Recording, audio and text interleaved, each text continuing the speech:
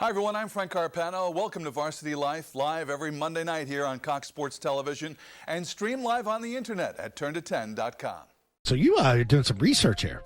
Yeah, so Cam the intern Got his own podcast. got his own podcast, but it looks good. Looks good. Logos, good Maybe graphics. it sounds good, too. Oh, Cam. Hardworking kid. Cam? Yeah. Every day that kid's stock goes up a little Doesn't bit. it? A little bit. Ryan, her three on the way. It's good off the backboard and in. Murray, what a take by Tucker. Jones, another steal. Spin on Caldwell, and the layup's good. I would like to see you hold a mirror up to yourself and interview yourself. As good as this was, it could only be better if it was all you. Tuning in, I was a fan. I was like, man, let's do it. Cam, thanks so much for having me on. I'm happy to be here. Joined today for the first time, Cam Isimone. Gallagher's going to have to shoot it from beyond the arc. And it's good! Jacobs for three. He got it! My goodness, what a shooting performance by Jacobs. I think Cam's Corner is great. Tune in to Cam's Corner. This kid's going to make it. He's going to make it here. All right, and we are back, guys. Welcome back to another episode of Cam's Corner. Today, joining me is Sports Teams 10's sporting director and legendary sports broadcaster and anchor, Frank Carpano. Frank, thank you for taking the time and joining me today. It's an honor to have you. Hey, thanks, Cam. Appreciate the invitation. Yeah, no problem. And I always ask my guests when they come on the show firsthand where their passion for what they love to do started. So, athletes that come on, coaches, talk show hosts, reporters, and stuff like that. So where does your passion for what you do, where does that stem from? Where did that all begin? When I was in high school, I actually, knew that in high school that this was something that I wanted to do and follow through with it. Started in radio and then eventually went to school at Ithaca College in upstate New York, studied television, and I've been here at Channel 10 for 42 years. So. Right, yeah, you joined NBC-10 in 1980, I believe, shortly after you graduated Ithaca. Yeah.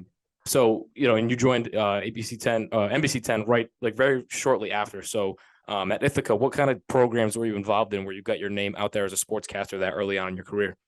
Well, I did a little bit of everything before I kind of zeroed in on the sportscaster thing, but, I did some sideline reporting for different sports at Ithaca.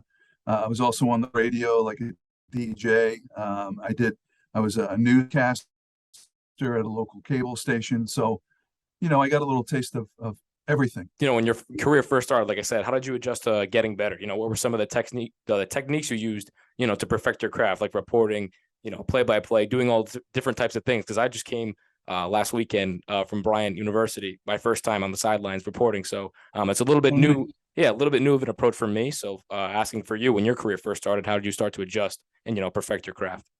Well, I'll tell you what I usually tell people who send me tapes or some samples of their work and, want to work here or want to get into the business is, how do I get better? And usually the answer is, and it applies to me too, is just keep doing it. More repetition, keep doing reps. It's the same thing in sports. The more reps you do, the better that you're going to get. And it was rough going to begin with, and then you kind of get into a routine and you learn little tricks of the trade, how to navigate through rough spots, if a video doesn't pop up or if for some reason your script isn't in the prompter, you know how to work around things like that. And play-by-play is not something I've done a whole lot at, so I feel even now I'm still trying to get better. So and that's the way I feel about everything. Every day is a learning experience and trying to do the best that you can. Yeah, of course. And as your career continued, like you said, you did play-by-play for Friars men's basketball, hockey, along with a plentiful amount of other things. Did you ever want to do one more than the other? And is it tough to transition through these different types of things? Variety's the spice of life. So, if I could do a little bit of each, I don't know that I'd like to do, play-by-play. I did PC hockey. I did Brown football. I also have done a lot of high school sports. So, it's a nice thing to do besides what I do on a nightly basis, which is the nightly sportscasts on the news. Right. And you've been plentiful, had the opportunity to travel a lot. What have been some of the connections you've been able to make over the years with people you may have looked up to, working your way into the business, or people, around the same kind of notability as yourself? Yeah, it's, that's part of the fun part of the job, but it's also the hard part of the job because, I've been to a lot of different big time events, whether it be an Olympics or a Super Bowl or a World Series. And, you come back from those things and people say, "Oh, did you have fun?" And I'm like, well, it's a lot of hard work that you're out there trying to find stories, usually in a city that you're not familiar with. And, you want to do something different than what one of the hundreds of other reporters are doing. And it's tough. You're working, all day and into the night, and it's difficult, but it is very rewarding. And just to have a front row seat to so many of those incredible events that I mentioned has really been an honor, and I'm very fortunate to have had that opportunity. Yeah, so like along those lines, what were some of the few like broadcasters and sideline reporters that you looked up to when you were, perfecting the beginning of your career? Yeah, let's see. I think of some names that maybe you've never heard of because it was so long ago.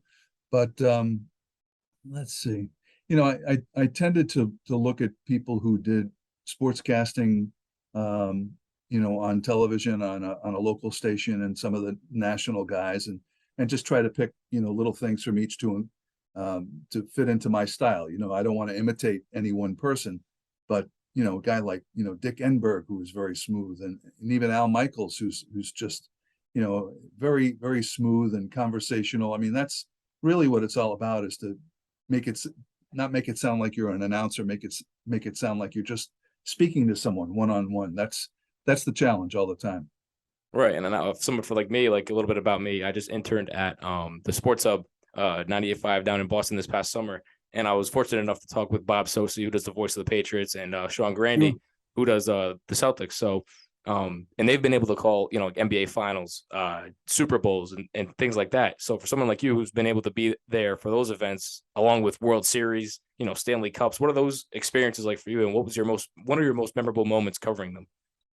Well, I would have to say that probably the most memorable moment, and there have been so many, it's hard to rank, but being there in 2004 when the Red Sox won their first World Series in 86 years, being right there on the field at the end of the game, that was super rewarding. I kind of grew up a Red Sox fan, so to be right there on the field when they were able to accomplish that in St. Louis was just incredible. So I would have to say that that's probably my fondest memory, when the Red Sox broke the jinx and won the World Series. Has baseball always been like one of your favorite sports, or what was one of the more favorite sports you've been able to cover? Yeah, that's that's right up there. But college basketball, especially in this area, is so incredible with the 4 Division I teams. That's probably number one on my list right now. And in football and hockey and NBA basketball, and of course the Red Sox, and we had the minor league team here in Pawtucket for so many years. So yeah, I would have to say that college basketball, URI and PC and Bryant and Brown are at the top of my list.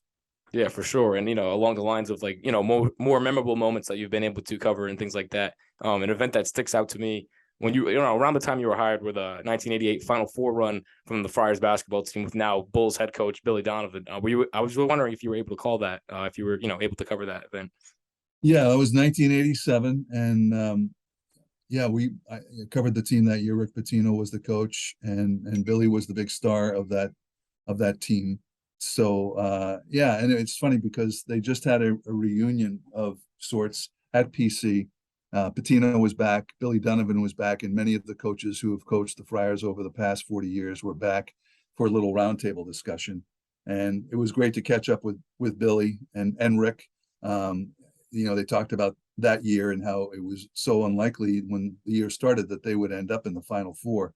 But the funny thing is, and Rick even said it that day, is that, and I had asked him at the end of that season, I said, what do you think about Billy? I said, you think he's going to be a coach? And he goes, no, he's not going to be a coach. And what did he do? He went on to be a coach, and a very successful coach, winning college and national championships, and has now, been successful in the NBA for many years. So, I'm really happy for Billy. He's hardworking, good kid. And, you just never know, where the path will take you. Yeah, right. What was the atmosphere like during that time in 1988 in Providence? It was incredible.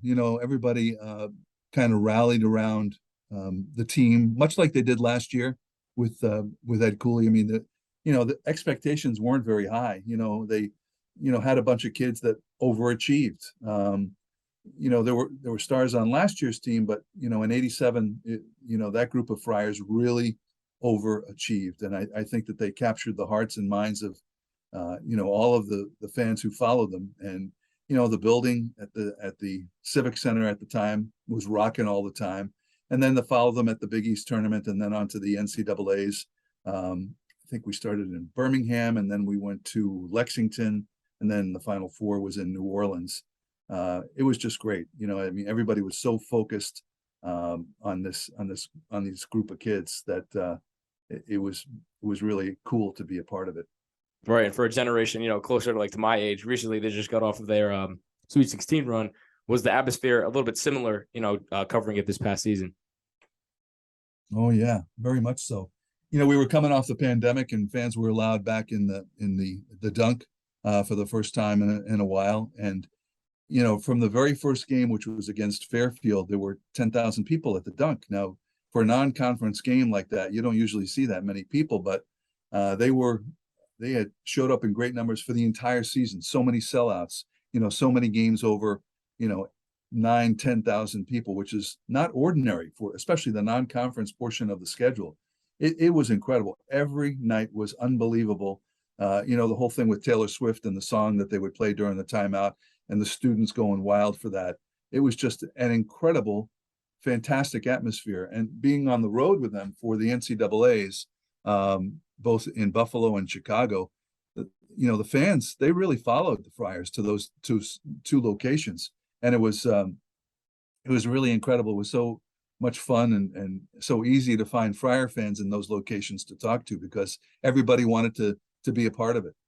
For sure. And I've been trying to get some of those guys from that run on the podcast. I've been talking a little bit to Al Durham, Ed Croswell as well. So hopefully during the future, that can partake, and that'd be pretty cool to sit down and talk with them. But as far as continuing your career, transitioning to the Olympics back in 2006 in Toronto in Italy, did you ever think you would be able to cover an event so huge as the Olympics? And what was that experience like, being able to travel to those kinds of places? Well, yeah. So the first one I went to was in 2002 in Salt Lake City, Right, and then 2006 was in Italy. It was a dream come true. I don't know that ever was something that I thought I'd have a possibility of doing. So the first time I went for Channel 10, and the second time I went for NBC, and it was just, it's 5 weeks on the road, which is kind of tough, and to be in a foreign country. But if you're going to be in a foreign country, Italy's not a bad place to be. We certainly ate well and drank well. The Olympics is a totally different thing, and it's not easy to cover because there are so many members of the media. They're very restrictive, but we had, a few local athletes that we would catch up with, and that, that's really what our coverage was about, at least in 2002. In 2006, it was more national stuff that I was doing for NBC. So it's great. The eyes of the world are on an event like that. So to think that you have a part in covering it is really incredible. Right. And is there ever any pressure on you? Do you feel any pressure with so many eyes on you ever? Hell yeah. All the time. It's you just try and prepare as best as you can so that you keep that pressure to a minimum, but you want to feel a little bit of it because you want to have the blood flowing as you go on the air. And for 2006, when I'm doing stuff for all the different NBC stations across the country, when you're doing stuff for New York and Philadelphia and Washington and Miami and Chicago and Dallas and LA, it's just like, wow, it was very cool. Very cool. Right. And another milestone in your career that caught my eye was you were a championship boxing ring announcer as well. So, as far as that, where does that opportunity come from? So many opportunities that have been in your career. How did that one come about? I know. I've been very fortunate. Vinny Pazienza, the local boxer, was going to have a fight at the Dunkin' Donut Center, or then the Civic Center. And, how many people is he going to put in, because he had fought at like Rhodes on the Patuxent, which, maybe 500 people could fit in there. And I'm not sure that he even sold that out then.